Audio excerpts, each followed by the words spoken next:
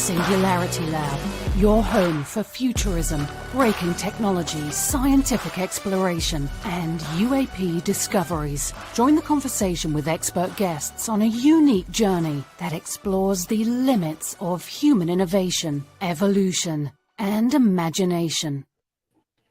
Hello and welcome to the Singularity Lab, the show where we explore the intersection of society, culture, and human evolution through the latest advancements in science and technology. Thank you so much for joining us as we help you navigate the exciting and rapidly changing landscape of technology and its impact on society. Today, Brooks Lopez joining me, my co-host.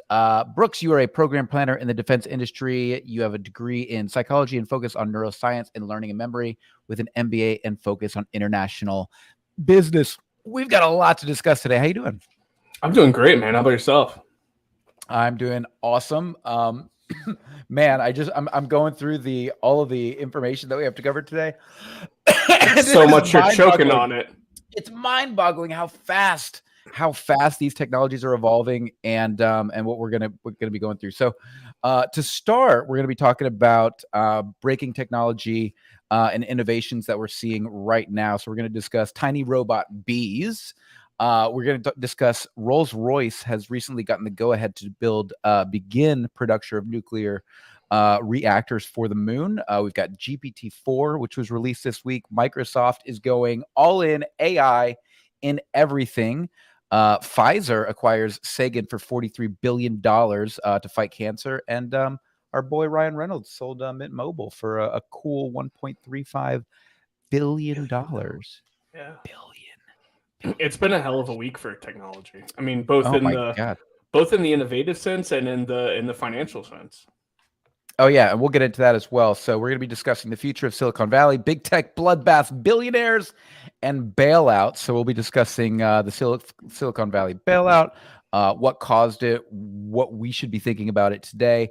We're also going to be talking about some of these big guys in tech: Mark Zuckerberg, Elon Musk, Jeff Bezos, Bill Gates. Are these guys true visionaries or psychopaths that we need to keep a very, very close watch on? Or like Randy, are they just AIs? Or are they AIs? Thank you guys so much for joining us today. We got a lot to cover here, so we're going to dive right in. I want to start with these tiny robot bees. I think Brooks, you actually brought this article. Aaron says he votes psycho, and I'm pretty close there. Jay Allen says 20% of CEOs are apparently psychopaths. I mean, that percentage is definitely a lot higher than 20. It very well could be. Randy, if you could bring up the article on the tiny robot bees. This is an innovation through artificial fairy. It's called Innovative Artificial Fairy for Pollination. Researchers at the Tampere University have developed a passively flying robot called Fairy, made of responsive polymer and controlled by light. Inspired by dandelion seeds, this artificial fairy could potentially be utilized for pollination to address the loss of pollinators like bees, which poses a significant challenge to global biodiversity and food production. Now, this is a really interesting story here, and I obviously we should be looking at technology to help ensure that we don't lose our pollinators, but obviously, we should be looking at the number one thing, which is can we make sure we don't lose the bees in the first place? Isn't that I think that's really important. And another article that I happened to see didn't quite fit into the mainstream of the show because it's a little bit more on the medical side, but there is actually currently a vaccine in production for colony collapse disorder for bees. So let's say we're going to save the bees. So let's save all the damn bees. But on top of that, let's make their jobs a little bit easier.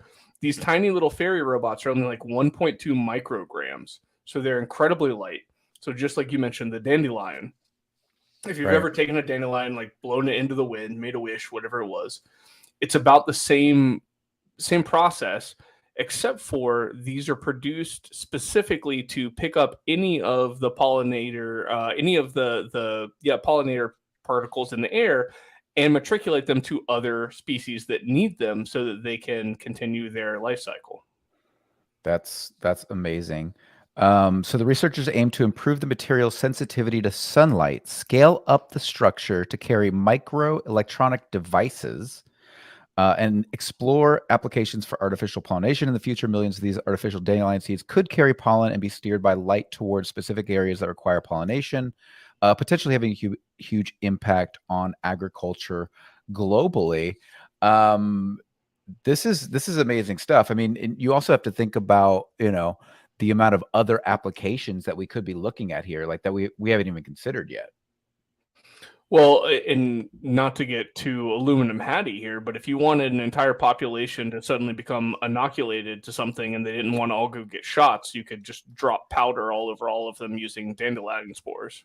Well, I do. I always think about that sort of thing when we're looking at new technologies that are being developed, because obviously, we have privacy concerns. We have, we want to make sure that, and again, going back to this conversation we were having earlier about, and we'll get to this later as well, but CEOs and these folks that are in charge of these extraordinary technological innovations, we have to be able to trust them.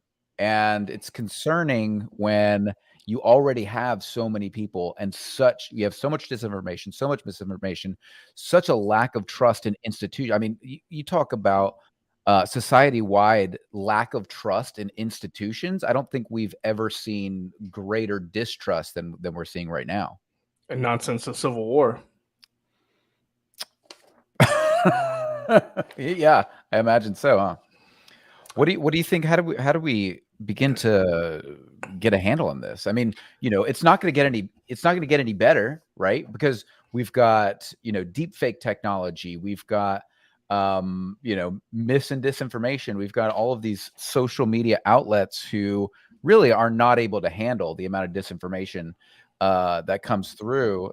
We're going to have to find some sort of balance between trusting institutions versus holding these people accountable.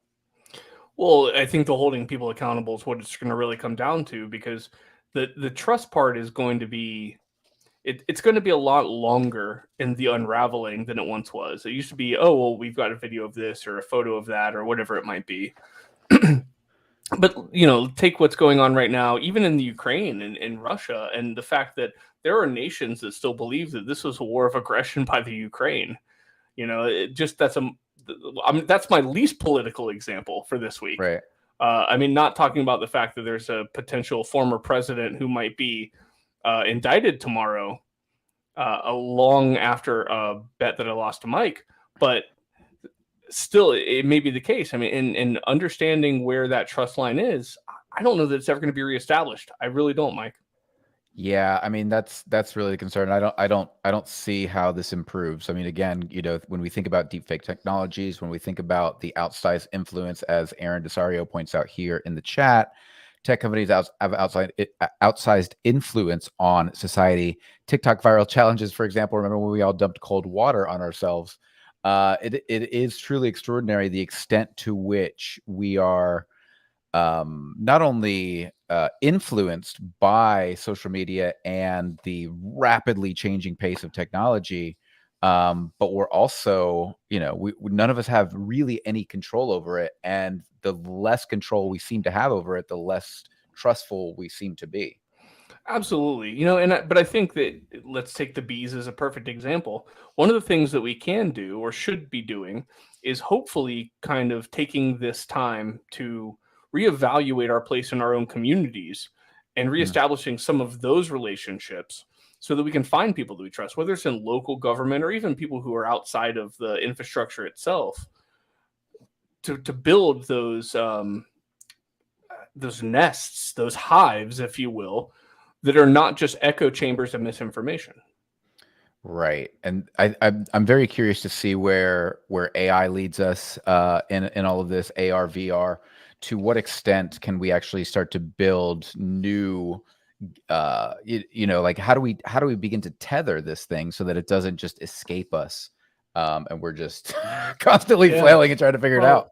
And I will maintain that I think that my belief is the reinvigoration of the small community, despite the fact of how globalized the world's become. We've lost sight of whom our neighbors are, what they are, what they represent, and everything like it. And it's very easy to lose sight of that in all of the inundation of information that we get, the inundation of advertisement that we get. When was the last time you just kind of walked outside and had a chit chat with somebody? I know us here in Florida in the deep South, that's supposed to be our thing, but it's long gone. Yeah. I mean, I don't know. I mean, for example, I mean, we live in a very new neighborhood, but the neighbors seem to come out. We kind of chat. Like, I am seeing some of this. I am seeing some actual human interactions in ways that I haven't necessarily, in the last neighborhood I lived in. But I don't know. I don't know. It will be very interesting to see. Again, we covered this a couple weeks ago when we were talking about AI and VR. How people will begin to coalesce around specific ideas and ideologies and form small groups within a virtual landscape. We're already seeing this with how people interact with social media. We're already seeing this where people go to different websites, social media networks to be around people of similar ideas and influence. It's definitely gonna be interesting. Let's move on to this next article. Rolls-Royce gets go-ahead to build nuclear reactor on the moon. That's interesting. So they're actually looking at building a microreactor for a moon base on the moon. They've received funding from the UK Space Agency to develop a nuclear reactor that could support a future moon base for astronauts. This microreactor technology aims to provide necessary power for humans to live and work on Earth's natural satellite. Thoughts? Well, so big issue here. This is still fission, right? And as long as we're dealing with nuclear fission, I thought that comment from Jazz was actually really pertinent as well. You want to hit on it real quick before we move Yeah, on? sure. So I think that one of the biggest problems that most people are having are Utes, and I can't speak for them, but my assumption would be is that they're being very, very deeply influenced by the change of social media. When I grew up, I mean, social media was like people arguing in chat rooms and E-bombs world. It was like that wasn't even social media; that was just the internet, I guess. Right. And then, like, if you weren't in someone's top 8 on MySpace. But we could do a whole show on that. But I did think that was an important comment. Right. But back to nuclear fission. As long as we're dealing with fission, it's going to be a challenge. There's a lot of byproducts of nuclear fission. There's a lot of infrastructure requirements to nuclear fission. And ultimately, it's not going to give us, except for on a very, very large scale, it's not going to give us the dollar for dollar output that we need, even compared to something as shitty as coal. Right. Well, I think that's a really important point. And I think it's also a great opportunity to kind of discuss this myth that environmental activists were the ones responsible for shutting down nuclear growth. And so, we've all heard it for years. I mean, remember The Simpsons, mutating fish and three-eyed fish. The three-eyed fish and all this sort of thing. And so nuclear fission has been in the backgrounds of our minds as something that's very dangerous and very unstable. And that's actually not really the case. We've had some major disasters. We've had Fukushima, we've had 3 Mile Island, we've had some serious Chernobyl. But despite those, and even some of the lesser disasters, it's infinitely safer than look at what the Exxon Valdez did. Look at the BP oil spill. I mean, if you're really you want to get down to life and death, total global from an environmentalist impact, total global change is so much worse off due to the continued absolute dependence upon fossil fuels. Right. Nuclear, you and I could literally sit in like a bath of plutonium for a week or two and have a really bad time. But if we sat in a bath of gasoline or oil for a week or two, we'd have a really bad time as well. Right. Yeah, and the industry, the nuclear fission industry has a lot of major issues. I think one of the biggest challenges they have is scale. So whenever you want to create a nuclear power plant, you have to design it for the site specifically. You have to create everything has to be designed specifically for the site. There's no You think about the Model T, and you think about when we're able to produce things on a factory line and create modular solutions that can then be components in an overall structure, that brings the cost down of these technologies. And right now, nuclear fission, the entire industry is in disarray because they don't have the ability to create any sort of any sort of modular solutions, which is why I think it's no interesting.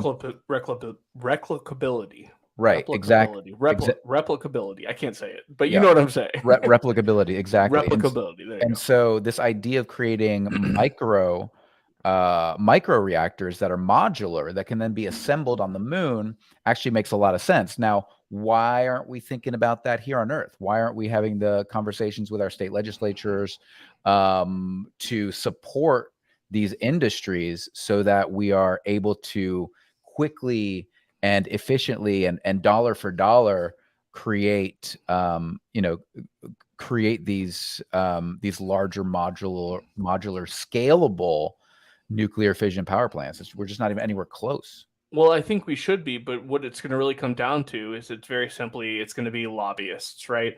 The biggest money in the entire country in terms of lobbyists come from the energy sector, and it's fossil fuels. I mean, whether it's the existing actual gas companies that are there, the coal companies that are there, or even, I mean, going a step further, right now, the people who are getting into renewables, solar and wind and everything else, they're going to try to push nuclear out and make nuclear look bad. Right.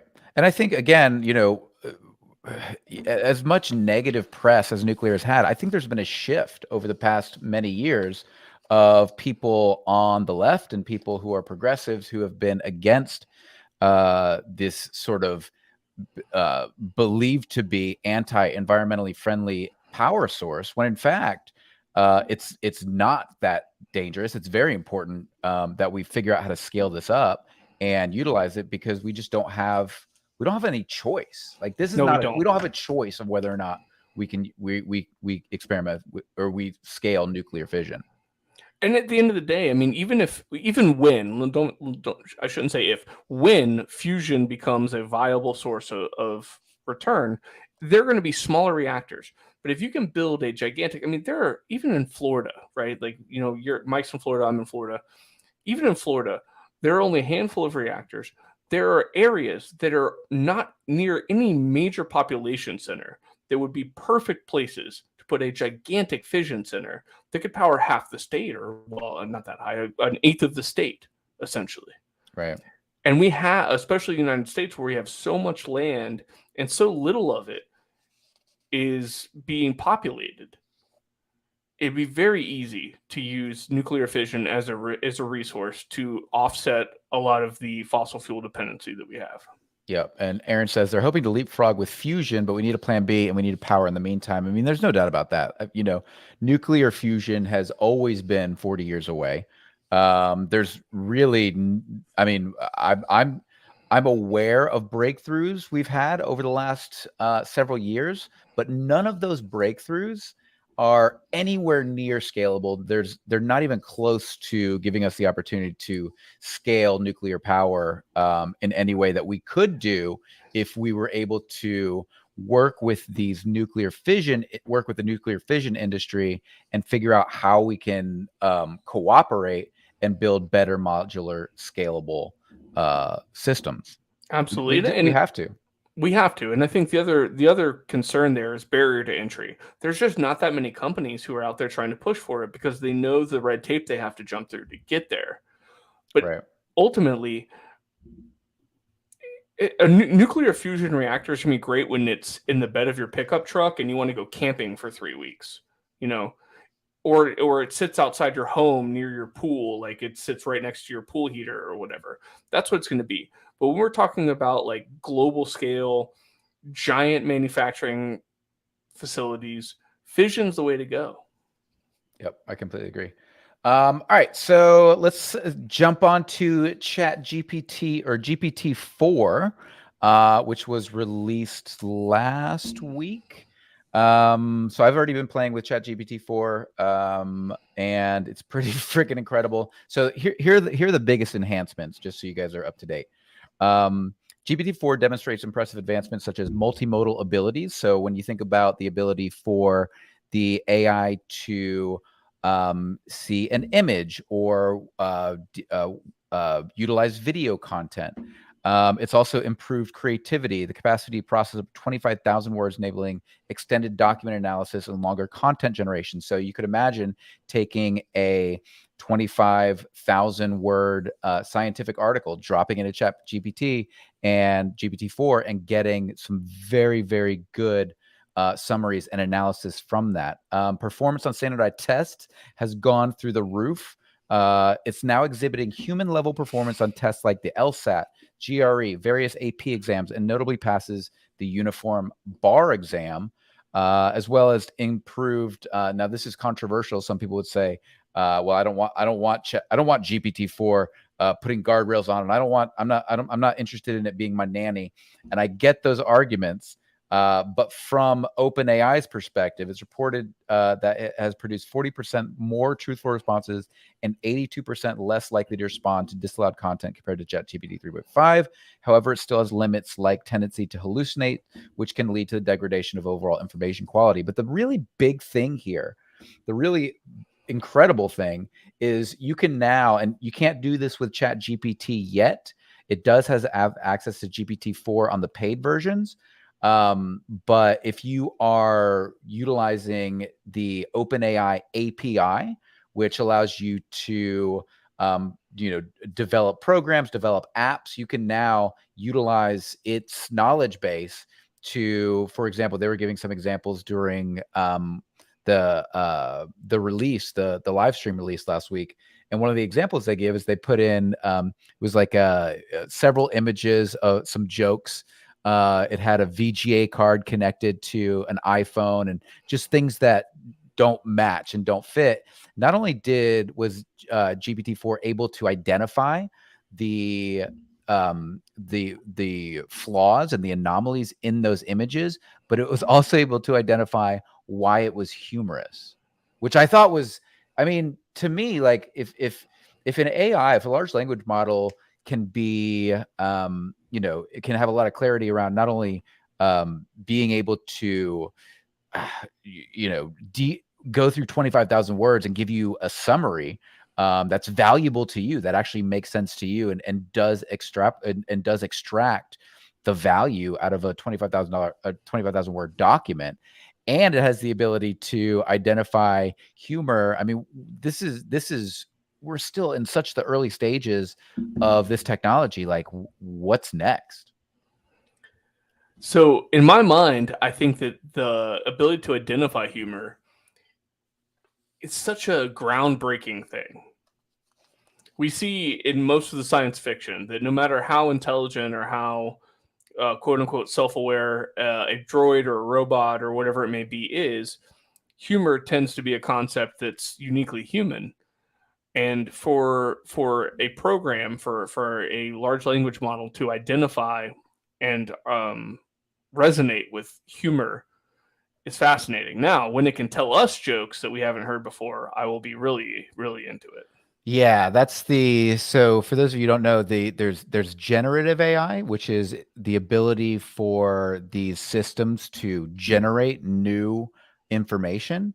And then there's the ability that AI has to go into the past and mimic human behavior. So the fact that it can identify humor, we should all, take it with a grain of salt and go, okay, you know what? Yes, it can identify. Yeah, there we go. Thank you, Randy, for sharing data with us.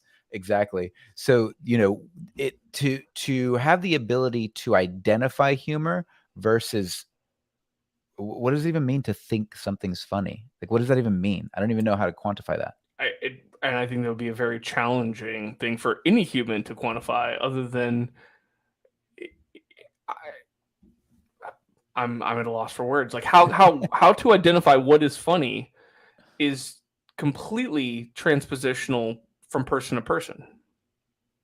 Right. But I will say one of the things that I've done in my past lives is I used to teach the GRE, the GMAT, and the LSAT pretty heavily with very intelligent students. And even incredibly intelligent people who have strong problem-solving skills and a good concept and basis of the English or any other language were very challenged by some of these tests. And to see some of the results that I have from ChatGPT to throw out, the LSAT especially is designed to provide the logic game section. So for those of you who aren't familiar, the LSAT has 3 main sections. One of them is just essentially like a verbal reasoning section where you have to take a sentence and provide a retort to it, more or less, or an adjunct or a fix. One is a reading comprehension section, but the most infamous is the logic game section. And it's very similar to those logic games that you had as a kid, maybe, or hopefully, where it was like, there's 6 kids and 6 candy bars and 6 vehicles, and here are a couple of little things, and now you figure out who showed up in what vehicle with what candy bar. I mean, it's a very summary example, but there's a lot of those. And the logic games become very challenging for many people. What do we got here? Oh, the LSAT is, yes, the law school admission exam. I think that's what he was. Well, we were being prompted by our AI for me to tell you that the LSAT, less important what sections there, more important, it's the law school admissions exam. Right. And not only is GPT-4 able to pass these, but it's performing in the top 90 percentile of humans who take these tests. So this is a very interesting game that we're going to be playing here very soon about how we assess human intelligence and to what extent is GPT a tool. You know, it's like, if, for example, when you think about, you know, kids using AI in education, or you know, well, let's start with kids. So you don't give a kid a calculator when they're learning to add. You give them a calculator after they already have those skills. But when you're teaching them sine waves, you do give them a graphic calculator. So, you know, at what level do we start to go, okay, these are we need to be careful with these tools, but we also need to recognize these can be very powerful tools, but we can't ignore rudimentary understandings, base level learning, the fundamentals before we're using these tools. That's a great point. And I think that you actually, in that moment, just identified some of my developmental abnormal problems. Was I was playing with calculators and just writing boobs on it over and over again before I was really adding well. But you're right. The conjunction between whether a tool becomes a crutch or a tool becomes a step up are we'll call it a ramp, whatever you want to, but they're 2 entirely different things. And it's very easy for the education system, and this is what we've seen, and we've talked about this a little bit, particularly professors and universities right now are saying, well, they're going to write essays using this, and they're not going to use any of their own creative thought process to do it. Well, I mean, I disagree. I think that the challenge is, how little effort can I put into the prompt I give ChatGPT to get a response that I want? That's creative thinking at its highest, isn't it? Well, I use ChatGPT pretty much every single day. And the skill that I'm learning is prompt engineering. It's thinking creatively in order to identify what the right prompt is going to be in order to get the information that I'm looking for. So that's going to be a future, like, this is a skill that if you develop today, prompt engineering, that's going to pay you well, you know, depending on what industry you're currently in. That's going to do a lot for you in your ability to utilize these tools to their max. Jazz asks, I'd like to hear Mike and Brooks address the question of whether these AI systems have even a smidgen of what you would call sentience. I'm saying no. I don't see agree. any sentience. No. This is call and response at just one of the most complex levels ever created. Yeah, this is the most incredible autocorrect system that we've ever seen on planet Earth. But that doesn't mean it's not amazing. We might need to shut Randy down for the night. What did he do? He said Mr. Shaw challenges his sentience at his own peril. He might need an unplug and a replug in. I love it. This next question actually leads us right into our next article, or we actually have a video for this. It says, imagine an AI trained on your personal data and how it could assist you. This is what I'm dreaming of. Like, I'm dreaming of having an assistant AI that has all of my notes, that sees my browser history, that follows me from this, that, and the other, and then who knows my preferences, my ideas, my thoughts, before I even have them, and that can go access, because right now I've got thousands of pages of notes in my notes app, right? I've got thousands of websites,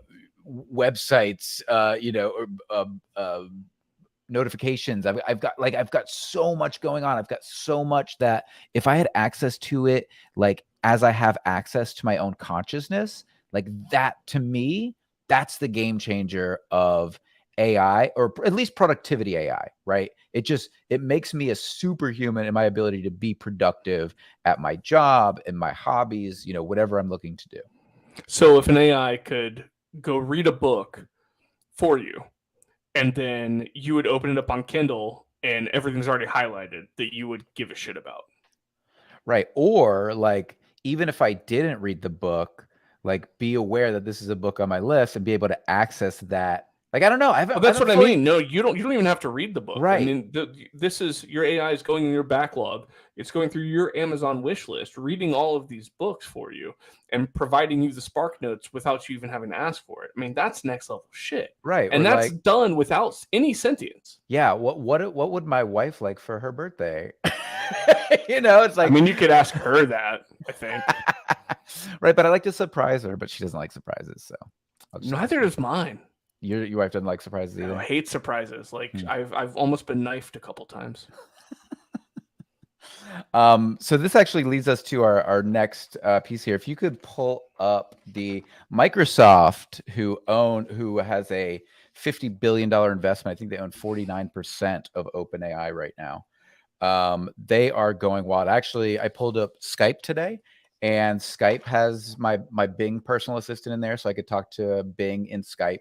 It's also got it's releasing AI in all of its productivity tools. So if you're a Microsoft 365 user, if you use Excel spreadsheets, if you use their what are they, what's their, is it Word still? OneNote, well, Word, but OneNote. So they use OneNote, and OneNote is the notes app, and Word is the processor.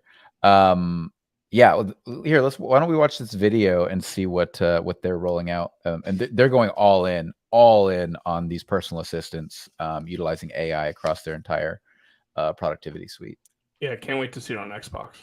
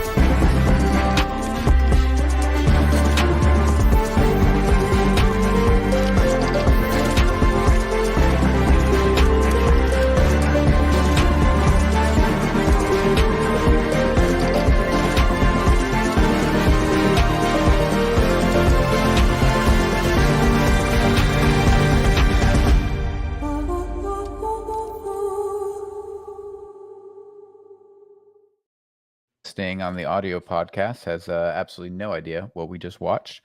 But basically, the idea is that you have, so let's say, for example, you're in, you've got a memo from your boss or somebody who then asks you to go create a 10 slide PowerPoint presentation. Well, you just go in and you find the information from your client, and you just grab their information and say, turn this into a 10-point power presentation, or a myriad of other things that this could be used for. A myriad indeed. The big takeaway for me was, oh, you showed up to this meeting 20 minutes late. Here are the action items. So on an hour-long meeting, I will be there on minute 59, my friends. Absolutely. Aaron says, weird that these companies are all publicly announcing their plans. Apple is mum. Google's not telling everything. MS and Chat GPT seem to be laying it all out. That's a really good point. Like, why do we think that Microsoft and Chat GPT are just laying it out when Apple and everybody else is quiet? Do you think they're just still in development mode and they don't want to tease anything? So Microsoft's making the play with Chat GPT. They've acquired 49%. They're making the early market share play, right? They want to be the first one in the door. Copilot looks fantastic. I mean, but let's be honest, Cortana shit the bed, right? Like their personal assistant, Microsoft's personal assistant was Cortana. Okay. Google has Alexa. Apple has Siri, but Cortana, which was supposed to be Microsoft, got nixed. I mean, they basically canceled the whole thing because it was just not good. And they weren't the first in the door that time. But in this particular case, Microsoft has time and again tried to be the first one there. And sometimes it's worked very well for them. I mean, look at Windows. Right. And Office, but it hasn't consistently been that way. And I think that the direction Microsoft's gone after Gates has left, we'll see. I mean, maybe they'll be fantastic. Maybe one of these other companies will blow them out of the water. Yeah, it's your point about being first to market is really interesting, and it doesn't appear. It definitely seems that Clippy. I remember Clippy. Clippy's back. Is he back? Clippy is now, I believe, and I could be wrong about this, but I'm pretty sure Clippy's back with Microsoft Teams. I hate Clippy. Oh, I miss that little fucker. Yeah, I definitely, the question is it gonna pay off to be first to market here, or because I mean let's be real. I mean, Google has been implementing AI systems through Google Translate. I mean, there's so many different pieces of architecture that Google's already released when it comes to AI that just have gone under the radar. But Microsoft seems to be addressing it from a marketing perspective, saying, we are here, we are AI, let's be the first out in front so that we can capture this market share. I mean, think about the network effect of Chat GPT.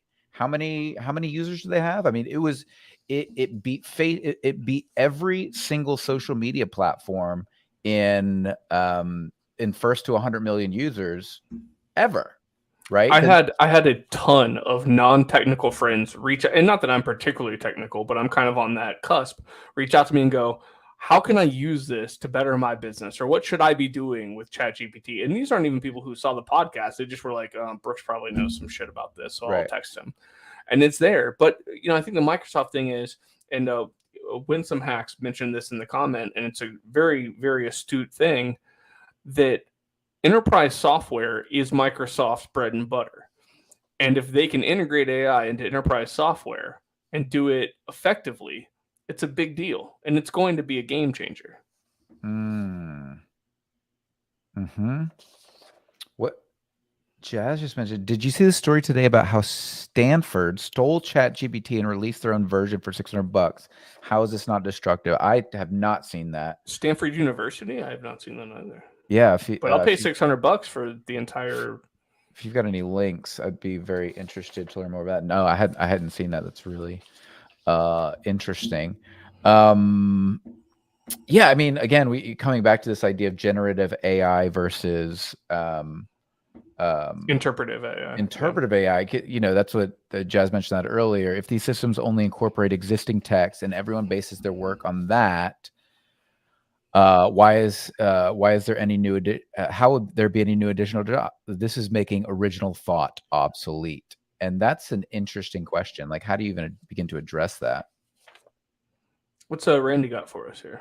I don't know. I can't quite see it. Randy? Llamas. The genie escapes. Stanford copies ChatGPT AI for less than $600. So is it because it was originally open source, so they took the root code and changed it over into a different format? Or... Yeah, it's too small for me to see. I can't really tell. I can't tell either. But my guess would be that essentially there was a reason it was called OpenAI for a very long time, is that their code was quite open. Oh yeah, no, yeah, it was open source. I mean, until 4.0. Until 4.0. Yeah, 4.0 is not open source. What is 4.0? You're talking about GPT-4? Yeah, not 4.0. Yeah, ChatGPT-4 is not open source. Well, so I don't have the exact, I don't have the timeline here, but this was, I believe, 2019 that that OpenAI refiled to no longer be a 501c3 and became a for-profit company. And that's when they got the major investment from Microsoft, and they shut it all down. And now Elon Musk, who was an original investor in OpenAI, I think he put in like $100 million, is now, all over Twitter saying, this was supposed to be open source. Now this is just, this is just going to the highest bidder. This is not anything compared to what the original intention of OpenAI was, because the whole point was that we are headed for an AI revolution. And if we don't have, if left only to the devices of, freewheeling CEOs, how are we going to keep ourselves from going down the rabbit hole here? I think that's an excellent point. Two real quick things. I'm looking at our comments here. Aaron Desario said the source code isn't important. That's true. It's the training data. So one of the things with artificial intelligence, the most important thing is the training data. You can overtrain a model to the point where it becomes completely inefficient. Or if you have good training data, you will continue to get good production data. So that's an excellent point. The other thing was that they didn't copy it, that Meta's Llama language model, and it was 7 billion parameters, and they use queries to continue to fine-tune those parameters. Interesting. I still don't know that. I still don't know what the sale is there for $600. What I'm getting from Stanford? Are they going to let me? Are they going to give me a degree for $600? Because I'll pay. Are they saying they built it for $600, or like what they released? Yeah, I'm curious there. Well, we'll have to check out that article. We might have a follow up there. Yeah, we'll definitely follow up on that. Anything else you want to hit on before we move on? No, I mean, let's go slay some characters. Okay, so this is an interesting article as well. Pfizer, who is no stranger to controversy, has just acquired $43 billion acquisition of Seagen, S-E-A-G-E-N. Seagen. Is it Seagen? I believe it is. Pfizer acquires Seagen for $43 billion, keeping its operations in the Seattle area and San Francisco, which is likely to impact the biotech community in the region. So Seagen is a pioneer in the development of antibody drug conjugates, ADCs, and has been productive, and its assets complement Pfizer's emphasis on small molecule drug candidates. So basically, Pfizer is investing heavily in Seagen, which is a company, a biotech company that is exploring how to use ADCs to eradicate certain types of cancer.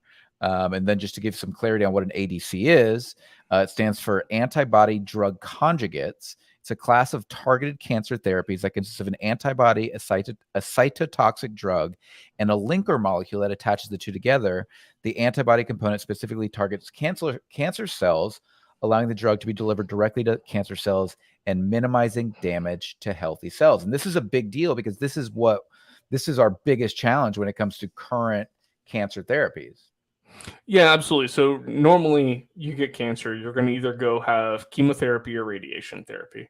Chemotherapy is going to have one of those cytotoxic cells or cytotoxic drugs that's not going to be particularly targeted. It's going to just kill as much of you as it can without killing you, and hopefully kill all the cancer in the process. It's essentially just a fire sale. What this drug does, is it actually binds it to an antibody in the at the cellular level, and that antibody should, and this is our hope, and this is one of the things that I don't understand the mechanism on yet, be able to identify cancer. Our bodies are traditionally very poor at using our internal antibodies to fight cancer. And actually, one of the other potential therapies that has a lot of efficacy in the future is using an antibody, or not antibody, an anti-immune effect similar to HIV to reduce the body's immunosufficient structure to fight cancer itself.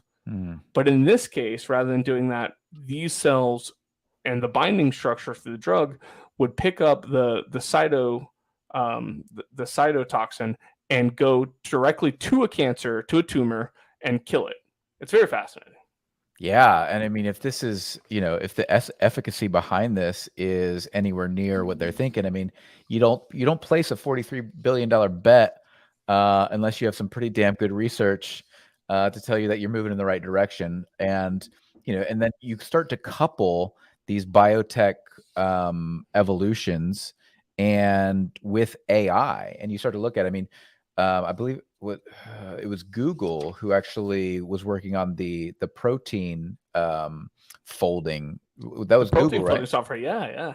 They were a part of it. I don't know that they had originally developed it, but they certainly sponsored it to a large degree. Yeah, and so you're seeing AI already being used to help us dramatically increase the pace at which we understand organic chemistry. And so being able to then utilize that technology to come up with solutions, it's going to change the game. I mean, we are at a point in human history where we thought the Industrial Revolution sped up human culture and civilization.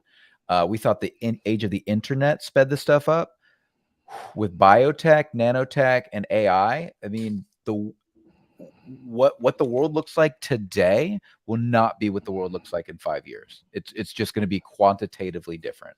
In 20 years from now, we're going to need a bunch of worlds. So hurry up. Well, can we use AI and VR for that, or are you talking about climate change and we're in? No, I'm not even. I'm talking about the fact that we're all going to stop dying, and apparently people have not stopped procreating. Imagine unless you're South Korea or Japan. But imagine the protests in France when the retirement age goes up to 182. These French. What can I say? They know how to party, though. They know how to riot. They know how to riot. But we also help teach them how to revolution. So it's it comes full circle. It is fascinating, though, because we, here in the US, it's very political about what kind of protesting you can do and what is okay. In France, like, violent protesting is the norm. It's fires in the streets is the norm. Glasses through windows is the norm. Like, it's wild. Les Miserables.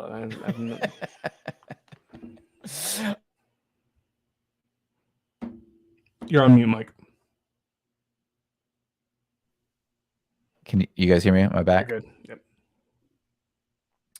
Okay, so next is so getting on to our main topic, the future of Silicon Valley, big tech bloodbaths, billionaires, and bailouts. So we're going to kick off and talk a little bit about the Silicon Valley Bank bailout. I'm sure everybody already has a pretty good handle on this, but just to give anybody who's not familiar with this some context, the Federal Reserve, Treasury, and Federal Deposit Insurance Corporation announced they would repay all depositors in two large failed banks, Silicon Valley Bank and Signature Bank, and other loans to banks' various assets, holdings, blah, blah, blah, blah, including treasuries. So basically what happened, the short version of this story is that as the Fed was bringing up interest rates, Before this, banks like Silicon Valley banks, as deposits were slowing down, they were investing their liquid cash in T-bonds, because as interest rate goes up,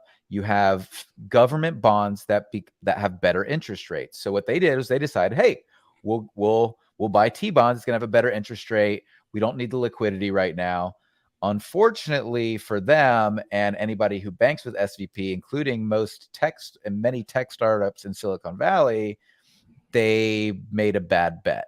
And so they had to liquefy, they had to sell off at a loss their T-bonds, which put them in an illiquid position, and the rest is history.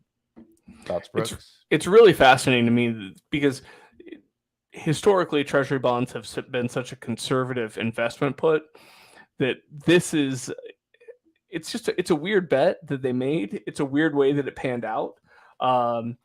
I still think that the bailout is ridiculous, particularly after the federal government said they weren't going to bail anyone out. Now, I did know that they were going to ensure the FDIC requirements of which they have to. Deposits. I mean, that's right, and that's fine. That's one thing. Yeah. But for those who were not under FDIC regulations, it seems like they've still decided to ensure, or not to ensure, but to bail out those. I did notice that Peter Thiel got his money out before of course he did. The Silicon Valley Bank fell. Of course he did. Well, I think, and I know, I mean, I think it's also important. A lot of the venture tech businesses that had money in SVP, we're not talking about Google, we're not talking about Facebook, we're not talking about big tech. The majority of these businesses were smaller startups, smaller tech startups. And for those of you who don't know, the FDIC, in any specific type of account you have in any bank, Bank of America, US Bank, whatever, you're only guaranteed $250,000 FDIC insurance. So if you have $1 million, they'll cut you, if that bank goes under, they'll cut you a check for $250,000. That's it per account. Per different variation account. In my personal opinion, I mean, even though these were smaller businesses, at the end of the day, you're protected by the FDIC, and any deposit lost over that, I mean, it's still risk you're taking. And if you're leaving that much money in a single account, that's on you, man. It's risky.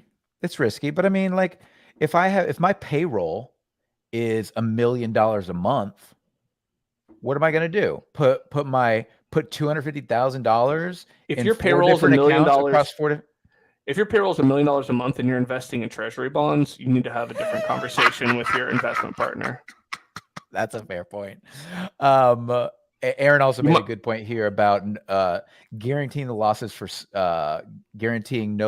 stockholders, and that's, so just to be clear, the federal government did not bail out people who owned SVP stock. It didn't bail out. Now, a lot of these assholes at the top took their bonuses, they took payments, they got out as individuals before this happens. Enron, WorldCom, and everyone else, like they've always done. I mean, it's not a new thing. Tyco, it's not a new thing. No, it's not. It's not. But I think it's important to recognize that this isn't a bailout they're not bailing out the stockholders. They are not.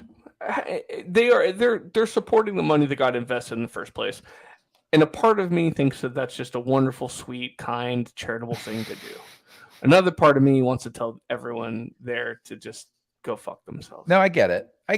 And, but at the end of the day, if you're the president of the United States, you're going to go, what's more important, me protecting the banking industry so that people feel confident putting their money in banks, or, the possibility that a few tycoons are going to get away scot-free? That's a fair compromise. But at the end of the day, I mean, we've seen what the stock market's done to bank stocks for the past couple of weeks, so I don't know that necessarily reassured anyone's belief in the federal or the U.S. banking system. Dear God, I almost said federal banking system. Yeah. So let's move on. Whose jobs are on the chopping block in Silicon Valley and beyond, right? With the evolution of AI.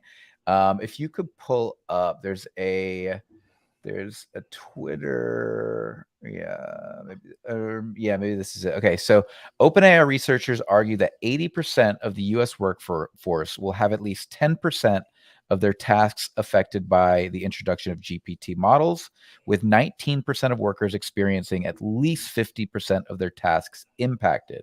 Occupations with the highest exposure to GPT automation include mathematicians, tax preparers, writers, web designers, accountants, journalists, and legal secretaries, while those less likely to be impacted are graphic designers, marketing strategists, and financial managers. Industries with the greatest anticipated impact from GPT models are data processing services, information services, publishing industries, and insurance carriers, while the least impacted is expected to be food manufacturing, wood production manufacturing, and support activities of agriculture and forestry. So we're looking at, like, there has never been a better time to learn a manual labor skill. To be a lumberjack. There's never been a better time to be a lumberjack than right now. And that's what's so funny, right? We were so worried for the longest time that robotics would overtake all of the blue collar jobs and only the white collar folks would survive. But AI got there first. And it hasn't been the robotic performance of uneducated labor, or unskilled labor, I should say. It's the skilled jobs that are going to be replaced. I still don't think they're going to be replaced, though. I mean, as we've talked about a few times here, a lot of this is not generative. It requires a certain amount of intellectual and nuanced input from an individual to get the response you want. It does. I mean, again, we were talking about this earlier, this idea of prompt generation, right? So highly skilled, if you're a highly skilled computer engineer, it's going to be important for you to recognize that you do have exposure to GPT models. It's going to be important for you to recognize that you will be using AI as these technologies continue to develop, and to ensure that you understand how you can utilize these technologies to your advantage rather than being exposed negatively. So exposure doesn't necessarily mean you're going to lose your job. It just means that that GPT models will have the ability to outperform engineers who are not using GPT models. It's very simple, right?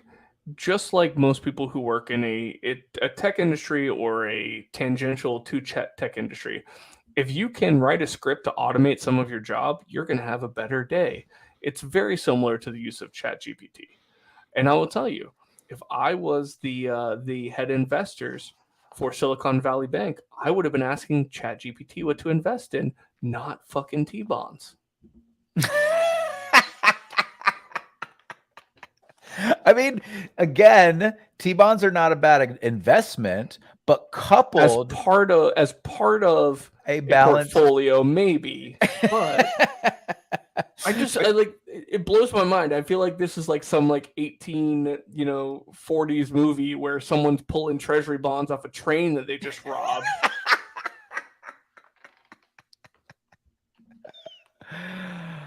Oh dear. I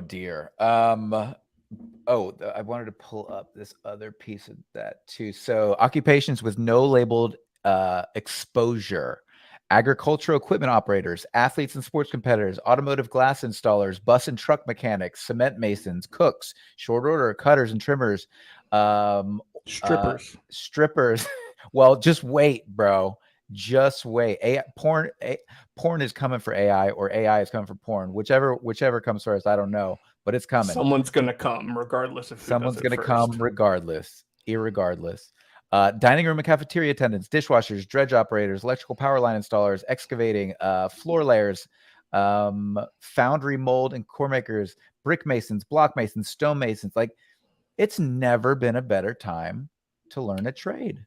But it's what's funny about this is that idea was predicated about 15 or 20 years ago. We have so many people who have 4-year college degrees that are not being utilized because at the end of the day, they were just told go to college by a generation that it was very important for them. Not so important for our generation. it would have been much better, much more lucrative for so many people just go learn to be an electrician or a plumber or anything. And it's so lucrative and so important, and it will be irreplaceable for a very long time. Yeah, I come from the food service, and before I got into marketing, I came from the food service industry, and I cannot tell you the amount of servers who I had working for and with me, who had 4-year degrees, some were PhDs, and they just could not find a job in their field. And this was way before AI. I was one of those servers. I was one of those servers and bartenders for a few years before I found my foot in the door, and it's been incredibly wonderful since then. But it's not exactly a lock and key fit for everybody. It's not. And you think about people who have legacy in some of these university systems, and sure, some of those people who have legacy, they'll go in, they're going to get more. They're going to get more money. They're going to extract more money out of the frat they were in than the college courses they took. That's why you joined the frat. Yeah. What I mean by that is you're networking, network of other people who you're connected with, who can get you in the door, is generally much more valuable than what you actually studied in college.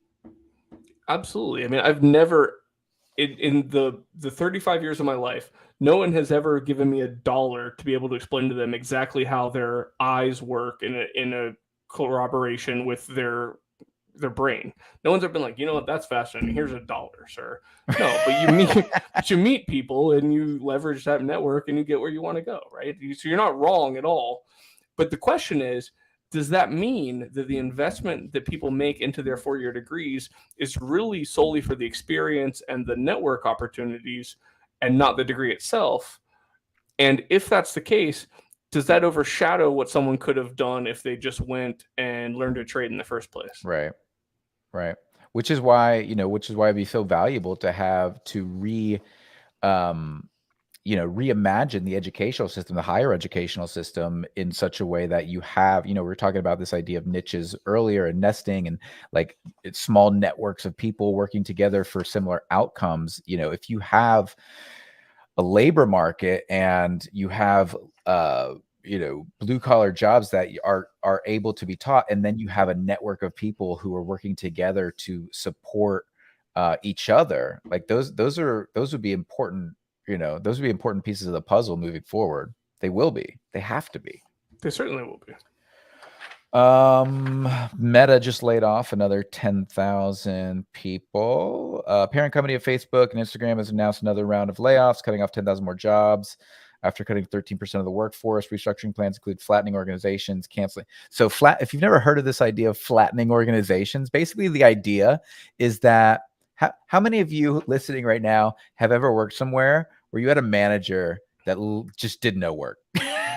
They just went to meetings, they told you what to do, but they weren't. So the idea is of flattening an organization is to reduce the amount of management overhead and have people who can be integral in organizing the labor force while still actually doing work themselves. Can you imagine that, Brooks?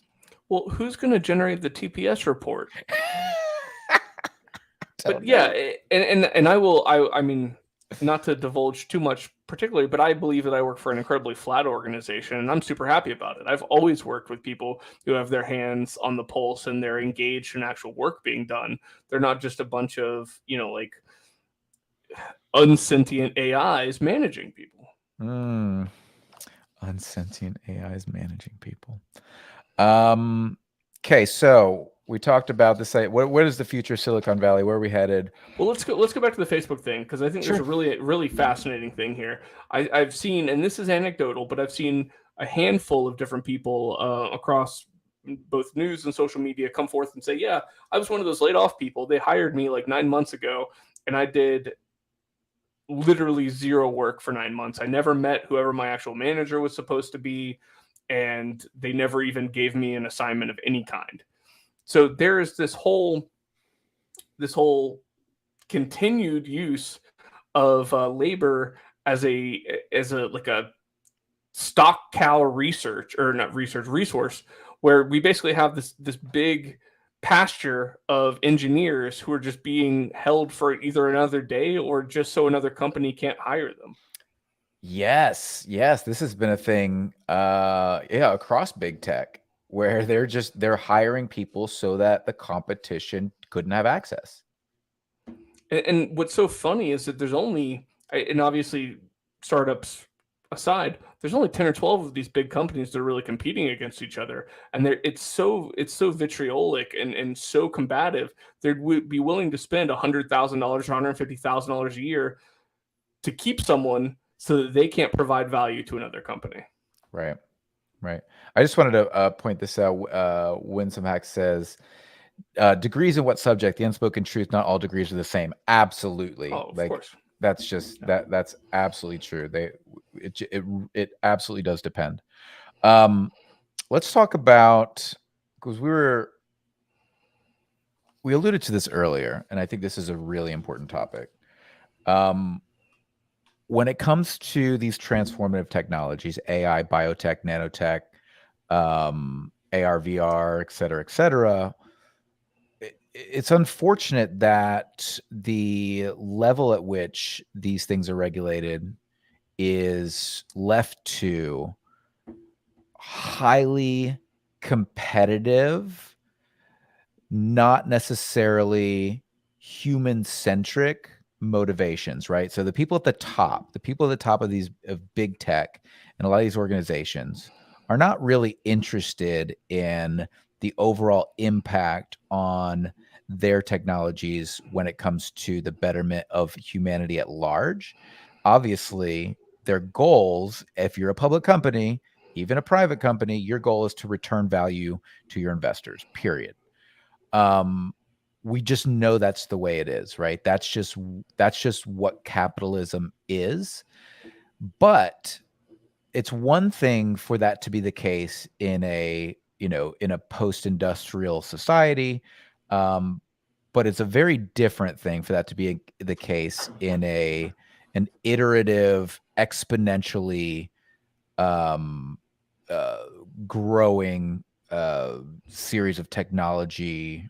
An information economy. An information economy. We are headed in a very, very strange place, and without grown-ups in the room, I'm really worried about where we're headed. And again, as you know, Brooks, I'm a tech optimist, but I don't trust some of these guys as far as I can throw them. So let's talk about Zuckerberg for a second.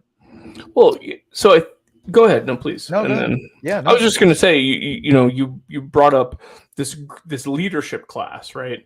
The C class executives, for the most part, the Patrick Batemans of the world, if you will, who are more worried about the flat bone backing of their business card than they may be who's actually working for them. Okay. I think that one of the points that was brought up earlier in the was the amount of people who may or may not be completely sociopathic who take these roles. Their complete separation from humanity itself. And then on top of that, when you get up to that level, just the sheer amount of dollars that are being discussed, it's very easy, even for someone who wasn't necessarily sociopathic to begin with, to detach from that humanity. That being said, let's move on to Mark Zuckerberg, who was not born a human to begin with. The reptile king. So I want to share a couple darker controversies that have surrounded Zuckerberg. So supposedly, and this is not, we don't know if this is necessarily true. Supposedly he made a controversial statement that you can be unethical and still be legal. That's the way I live my life. I mean, damn. Like, that's who I am as a human being.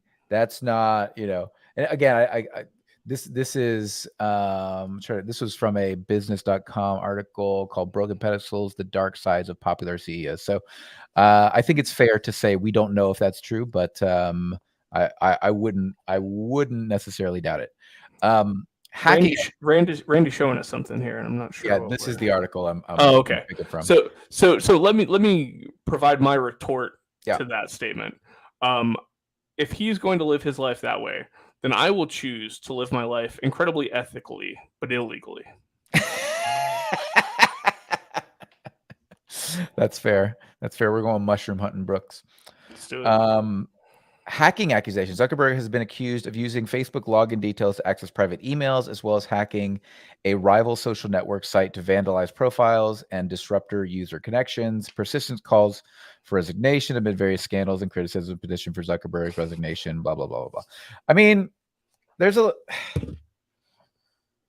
lot to unpack here. I mean, there's looking at it from the perspective of somebody who's responsible to shareholders, somebody who's responsible for operating a business that's successful, making money, creating jobs, blah, blah, blah, blah, blah, right? Those are all valuable things to consider. And then there's a perspective of, like, to what extent does this man actually care about the products that are then going to be, right? So it's like, is he responsible for the Instagram generation? Is he responsible for, eating disorders in 13-year-old girls? Like, just to lay out a couple tiny examples of the effect that some of the social media has had on society. And is it collateral damage? Is it just the way the world works? Is it his fault? What do you think? Well, so I don't know that we can necessarily we can necessarily blame all of the social ramifications on him. And I agree, Aaron, yes, chaotic good over lawful evil any day of the week. 100%.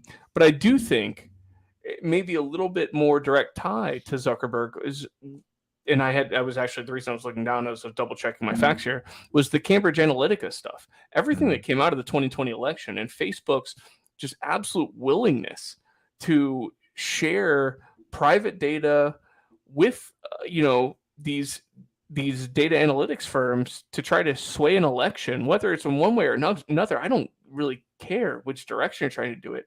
If you're utilizing people's data to try to change their minds through propaganda, that's about as unethical and possibly illegal as it gets. Well, but wasn't Cambridge Analytica an analytics leak? And it was not the intention of Facebook to release that information. It was the fact that it was able to be accessed through their API.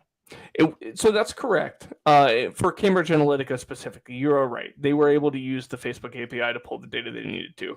But there was no attempt by Facebook to make that data private. And on top of that, there have been numerous other cases where we know Facebook has intentionally sold that data for profit to other organizations who have used it for most likely just as illicit intent.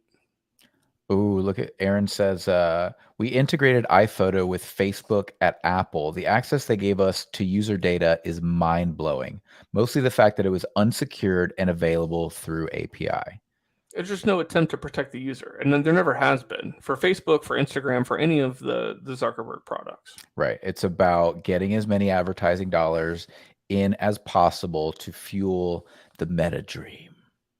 Well, the meta dream. Well, and that's the thing. If you were Mark Zuckerberg, you would want to live in a world that wasn't real because no one likes you here.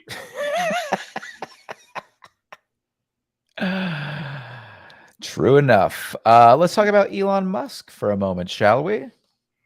A guy that I once thought was intelligent. It's mind-blowing. Well, listen, I mean, again, I think it's important for us to go through these and let's look at the positive and the negative, right? So we do have, I mean, could you imagine, I grew up, in a household with my father who was a space nerd. And so I became a space nerd. And the idea that we would be, sending rockets into space, bringing them back, sticking the landing, reusing rockets, that is about a year and maybe 2 years ago. We stood out on the bridge that sits over the Intercoastal here in Florida, right near Cape Canaveral, and watched one of the first relands of the Dragon rockets onto one of the floating pavilions. And it was mind-blowing. I mean, it was like one of those moments where you go, wow, this is the future of humanity. This is where we're going. I mean, this is hard-on inducing stuff. Yeah. And so even to this day, there's a part of me that goes, man, I cannot, and I hope Tesla continues to succeed, and I will always pull for SpaceX. But what the hell happened to Elon Musk? Something Right. happened. Well, Like, let's get there in a second, because all right. I want to continue on that path, but I do want to get back to the dark side, because I think it's important, and we need to navigate this. But on the light side, again, going back to, even think about Tesla, right? So the idea, I mean, we're talking serious innovation in moving away from from fossil fuels. That's an Mhm. important piece of the puzzle. Now, we can have arguments all day about the rare earth metals that are required, and the children in Africa who are being used to help excavate rare earth metals. So we've got, every solution brings forth another problem. But there is value in moving to a non-fossil fuel based energy economy, and we have to give Musk some credit for that. But on the other hand, okay, so let's go. We can talk about the dark side now. So remember when that cave incident happened? The flooding of the cave with it was it Cambodia with the 13 children. There were 13 kids. There were a soccer team that had gone spelunking with their coach, I believe, and then the tidewaters had risen and they couldn't get out any longer. Right. It was either Thailand or Cambodia. I'm going to double check real quick for you. Yeah, double check real quick. And while you do that, I'll go ahead and lay out some more context. So Elon Musk at the time was developing some sort of submersible, I think it was like a submarine, and then he was going to use it to go see if he could help get these kids out. And then one of the people on the ground It was Thailand. It was Thailand. One of the folks on the ground called his submarine or something, and he was not And happy then about that. And then what did he call that guy? A pedo. for talking shit about his submarine. Like it's almost like you've got like, you've got a Tesla and a coal mining mogul and a 14-year-old prepubescent boy, all in the same body, operating in the same time and space. I don't know what's going on with that guy. Well, and I can't speak too much to like Zuckerberg's childhood. I don't know very much about it, but one of the things, Elon grew up with money. He did. He was in a very wealthy, sheltered area of South Africa. And particularly if you look at the history of South Africa, I mean, these are people who live in like protected compounds, more or less. His dad had a very diversified set of assets that he utilized that Elon eventually got to utilize to some degree or another. Right. And ultimately, I mean, Aaron said that he has no strategic ability, purely tactical. I don't know that it's necessarily no strategic ability, but one of the things that Elon Musk has been able to do time and again is identify a good idea when it's well underway. I mean, PayPal, yes, with Peter Thiel and company, was already kind of in process. He got himself kind of kicked out of that, even though he still made a ton of money when that was his first major investment, right? And that's where. But again, investment. This isn't something he started, and right. That's the same is true for Tesla. The same is true for SpaceX. Same. This is the thing. He is one of the greatest leeches of all time. He sees a healthy body and he sucks the blood out of it. Or I mean, the other way to look at that would be he is the master of scale, right? That's very much true as well. Yeah. He can take something that's a good idea and scale it to the point where it is not only highly valuable but highly executively potent. Like he takes it to a global level for sure. Exactly. He can take a great idea and scale the hell out of a business. And no, I mean, I don't question his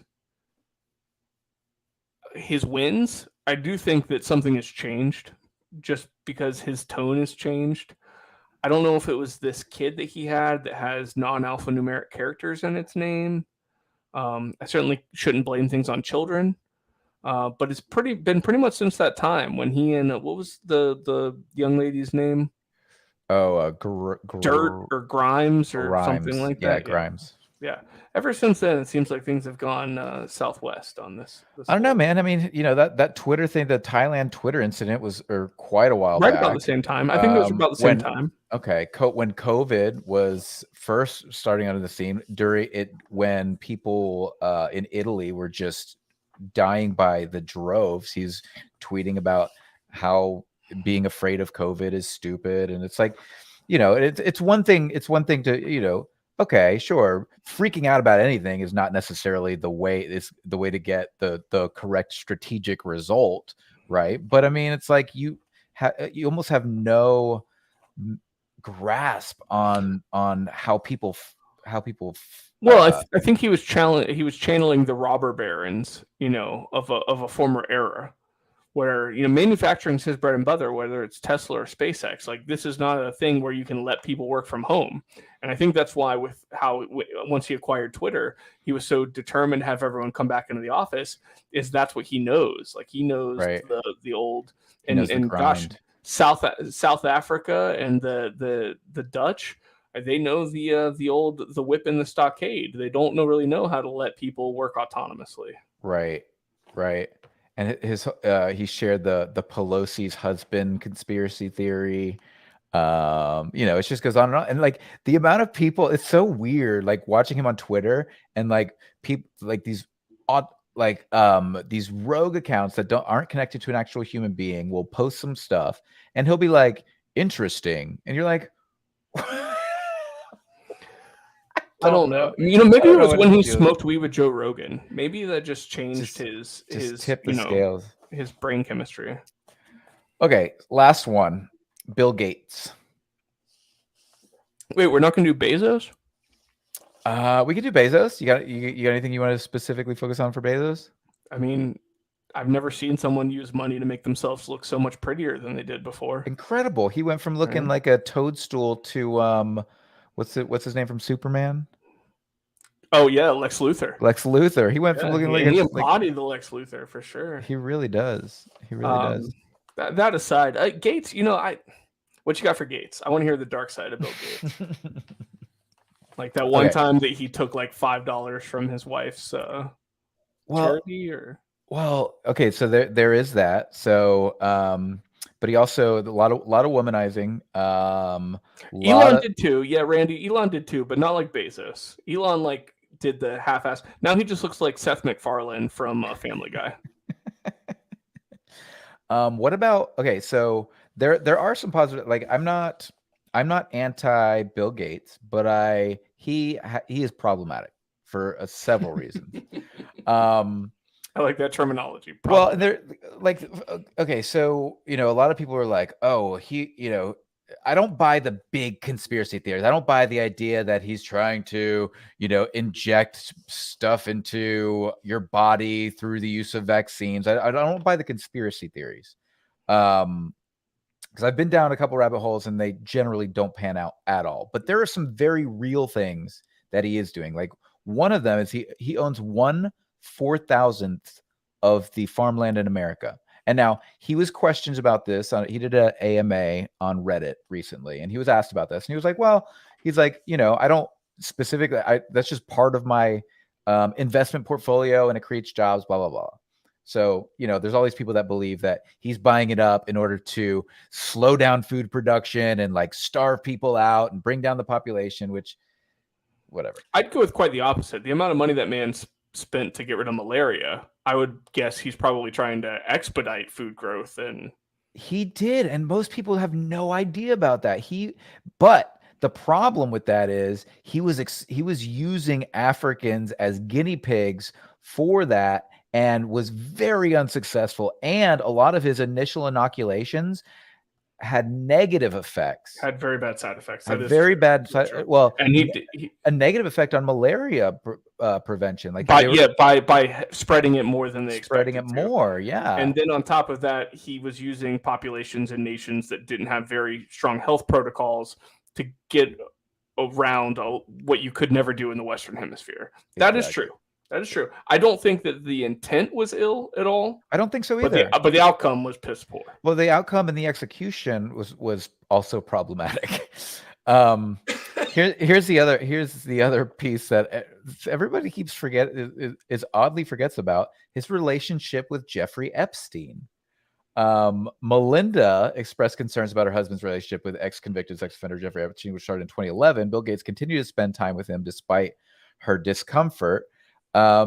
He spent a lot of time with Epstein, a good amount of time with Epstein. So many people did. So did so many people, and that's so where it gets, many people did. That's where it gets very diluted in my mind, because, and that's not to say it's a good thing. And I've never met Jeffrey Epstein. I'm assuming the guy was just terrible front to end. Obviously, his trade was. I don't know that spending time with someone who's awful necessarily makes you awful. It probably gives you malaria. But I don't know if it makes you awful.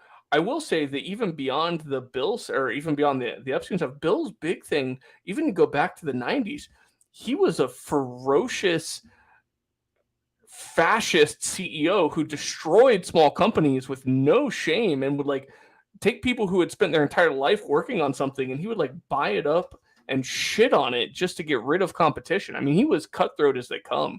He was a Joseph Stalin of Silicon Valley for a very long time. And that, I think that gets forgotten about too, with his sweater vest and his soft-spoken, now philanthropy. I completely agree with you, and that's the thing. That's the thing that I keep coming back to. Well, it's actually an interesting.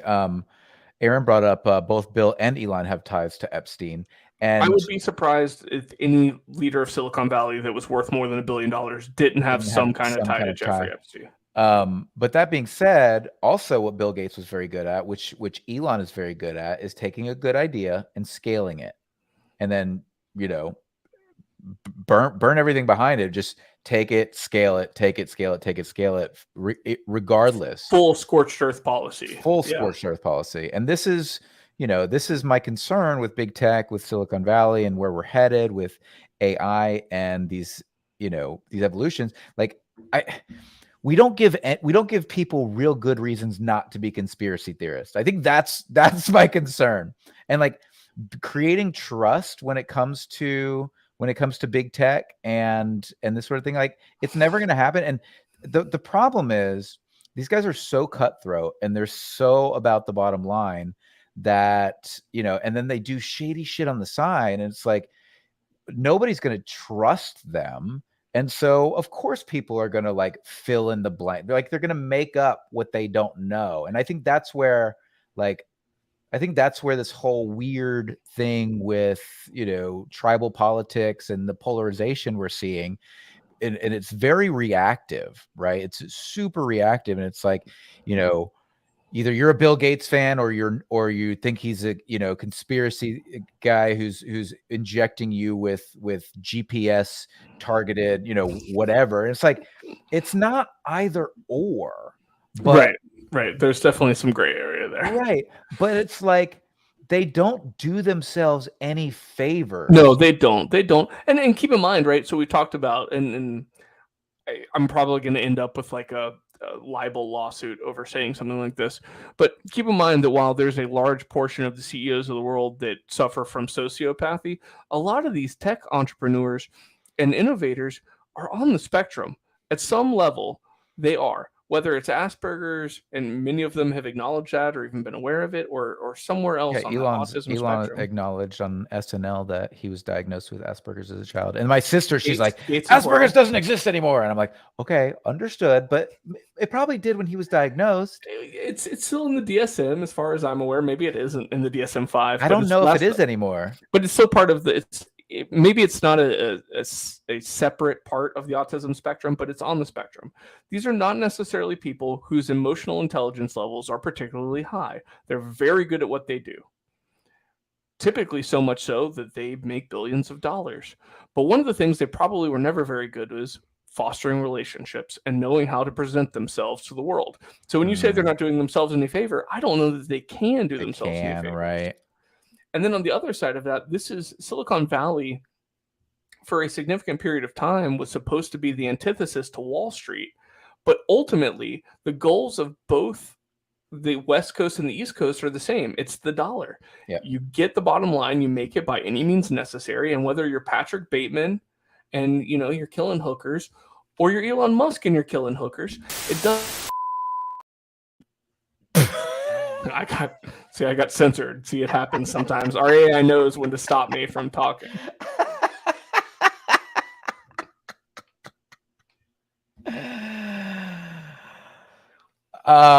Killing sex workers, I think, is what you meant to say. That is the correct terminology. Yeah. So where do we go from here, Brooks? How do we strike this balance? How do we, you know, how do we move forward in this crazy world? Do we just hope and pray, or what are we doing? Well, I mean, thoughts and prayers. But in my mind, I don't know what to tell you, because ultimately the answer is the Sherman Antitrust Act, and we put in place legislation that would ensure that there are better watchdogs for these large tech companies. But it's never going to happen because our lobbyist system in this country will not allow a change in legislature that will better the middle class. So then we just have to hope that Chat GPT rules all and makes better decisions.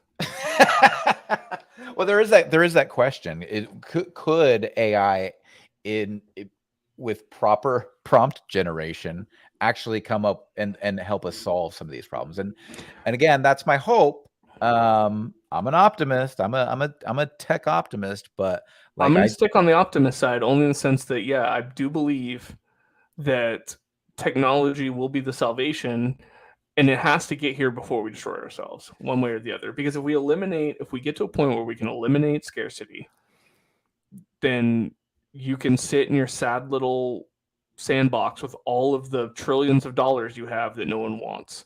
It'll be like the looking at the Venezuelan currency right now, where you have 10 wheelbarrows and you can't buy a loaf of bread because no one wants your shitty currency.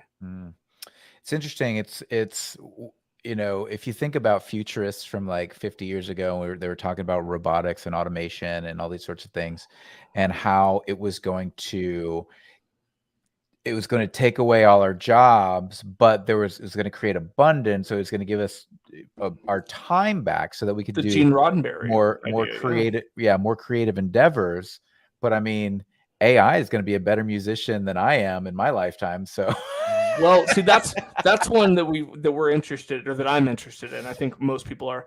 When AI can produce generative art, whether it's music or art itself, without the nuanced inputs of humans, then I'll be fascinated. And as long as, and I've referenced this time and again because Frank Herbert was kind of thinking this way about what machines may do to us.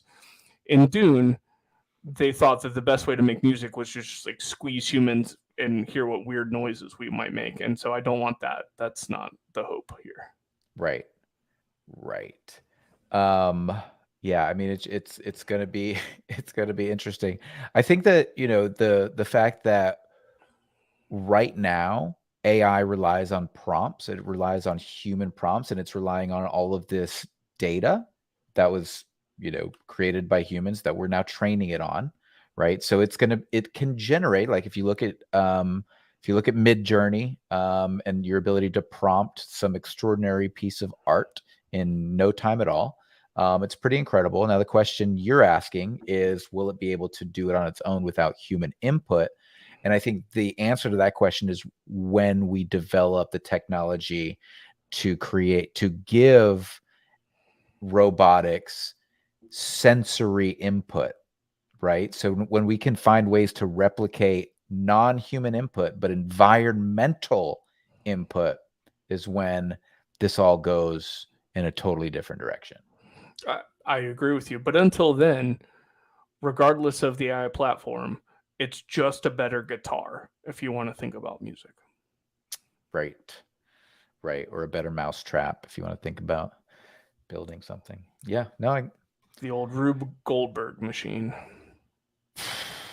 Well, I'm gonna go ahead and I'm just gonna be an optimist either way. So what have I got to lose? I mean, we all die in fire, and we'll be dying in fire, so it won't be that big of a deal. deal. But at least I'll have a good attitude about it. Yeah, I mean, hopefully we can get like extra big ass fries. Oh, here's our for those of you who haven't been paying attention to the weird corners of the internet, our 2023 political message of the week is that at South by Southwest this past month, President Macho Esperanzo Mountain Dew Camacho has once again restated his running for 2024 as president. And if you're not familiar with that, it's the movie Idiocracy. It's Terry Crews who's the president, and he did show up in full costume at South by Southwest and announce his presidency for 2024. You're serious? I'm dead serious. He's not running for president, but he did show up at South by and did a whole bit about it. Yeah. If Terry Crews ran for president, I don't know what I would do. I'd be very, very torn there. That's amazing. If you're listening right now and you haven't left us a review on Spotify or Apple Podcasts, please do so. That would mean the world to us. If you want to watch this show live, if you want to ask us questions live, make sure you come check us out. Subscribe to the Singularity Lab on YouTube. If you're here right now and you're live, make sure you check out Apple Podcasts. And if you ever miss anything, see us over there. Make sure you click the like and subscribe button. We're here for you. We appreciate you guys joining us today, and we'll see you next Monday at 7 p.m. Eastern Standard Time on the YouTubes. You guys have a great week. Take care. Bye-bye.